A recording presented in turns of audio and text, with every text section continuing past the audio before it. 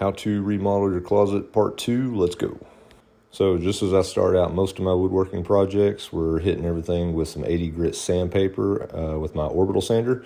We're just trying to get most of the joints smoothed out and get any excess putty off. After you're done with your 80 grit and everything's pretty smoothed out, you're always going to come back with a little bit finer sandpaper, probably like a 120 and maybe even a 180 after that. Just as a side note, you'll notice my shop vac is hooked up to my sander. This makes a massive difference on cleanup, so if you're not doing this, make sure you do this. Once you've completed all your flat surfaces with your higher grit sandpaper, I always like to come back with some 220 and then hand sand all the edges and any flat surfaces that I want really smooth.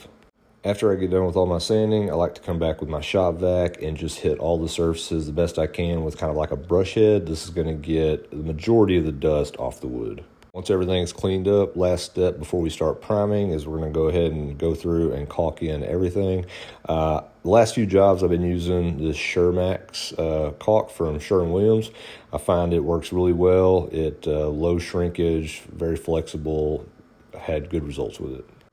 So here's a quick look at everything right before we're getting ready to spray. We're going to do our primer first and then get ready for paint.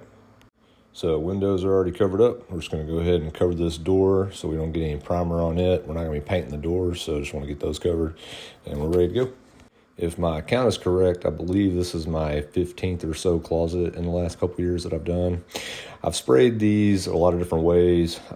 This one right here, we're just spraying all the shelves first. We're gonna get these primered. I'm not gonna waste primer on the walls. The whole room, including the ceiling, will all be the same color. So once we get done primering, we're gonna go through, hand sand all the wood with some 220 and get it ready for the first coat of paint. Now for this closet, since everything's going the same color, I'll usually wait till the second coat of paint on the shelves before I'll actually spray the walls. Now, the reason for this is I know based on experience that these shelves are going to need 3, maybe 4 coats of paint, and the walls are going to need 1 or maybe 2 coats. So that being said, if you spray the walls on the first coat that you do the shelves, you're going to have to continue to spray those, because if you get enough coverage on the walls after the first 2 coats, but then you have to spray the shelves a 3rd coat, you're going to get overspray on the walls, and then in certain lighting, you're going to notice that. So as I mentioned at the end of the part 1 video, this closet is going to be getting an island, which is what we're building right here. There's a few different methods you can go about building an island. This is going to be very similar to your traditional cabinet boxes. Some people use a 1/4 inch panel on the backside of their islands, but I like 3/4 inch plywood all the way around. For the first 4 panels, we did glue, trim nails, and I did pocket holes for the base. Right here we've got our 2 stretchers for the top. This is going to give that box some additional support and give the new quartz top something to adhere to. All I'm doing is tacking them in with trim nails just to hold them in place while I get the pocket screws set.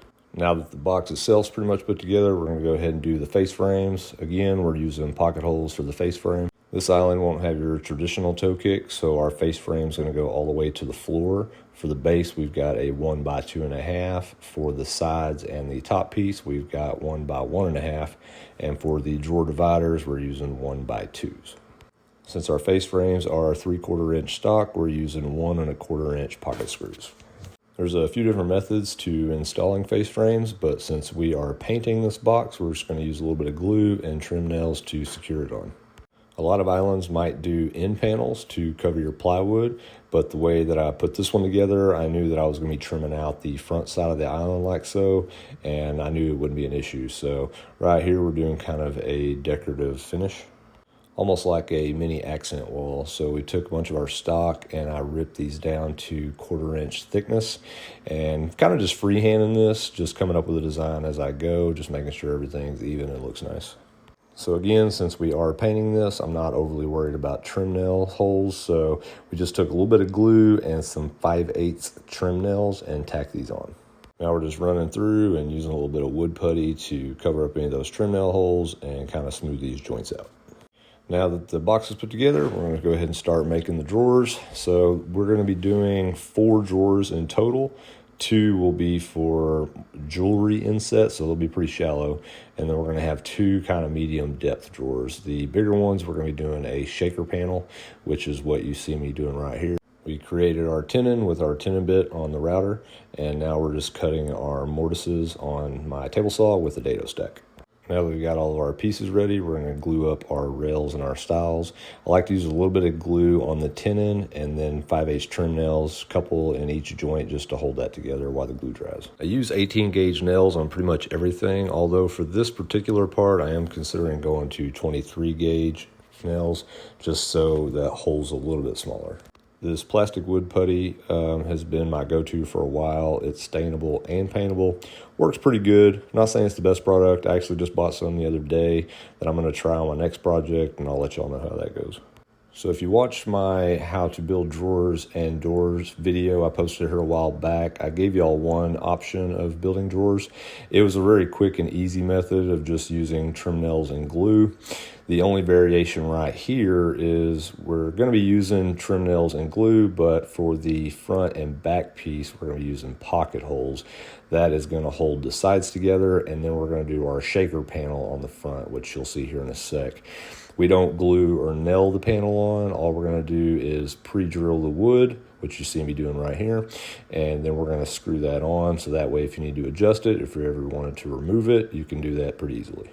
But you're like, Jeremy, listen, I don't want to use 3/4 inch plywood for the bottom of my drawers. All my cabinets drawers have 1/4 inch panels. Well, lucky for you, we got option 3. So right here, we've ripped up all of our pieces with our dado stack, and here's our panels for the bottom of the drawers.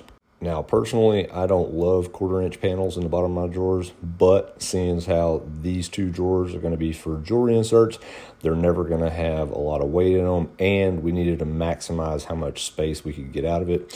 So similar to the other ones, we're going to use glue and trim nails to tack these pieces together, and then we're going to use pocket holes to secure them. Once we've got those secured, we're going to take our 1/4 inch panel and we're going to slide that in and put our top piece on. Once you've got the drawer box itself secured and put together, we're going to install our drawer face just like we did the other ones by pre-drilling and then setting a few screws to hold that together. So as we wrap this video up, I just want to give a big thank you to everyone who checked it out. Part 3 will be coming up soon where we're going to be doing the install and the final reveal, so y'all check it out. It's awesome.